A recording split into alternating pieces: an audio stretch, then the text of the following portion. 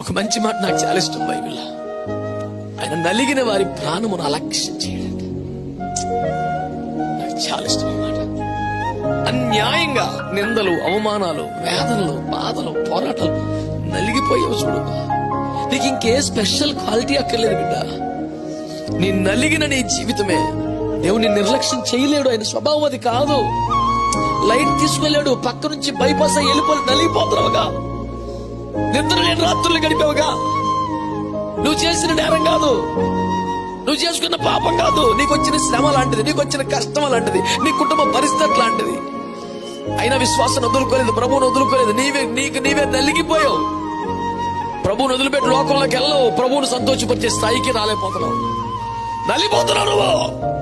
నా యేసయ్య స్వభావం తెలుసా? ఆయన నలిగిన వారి ప్రాణమును అలక్ష్యం చేయలేడు. అన్నాడు ఆయన వల్ల కాదు.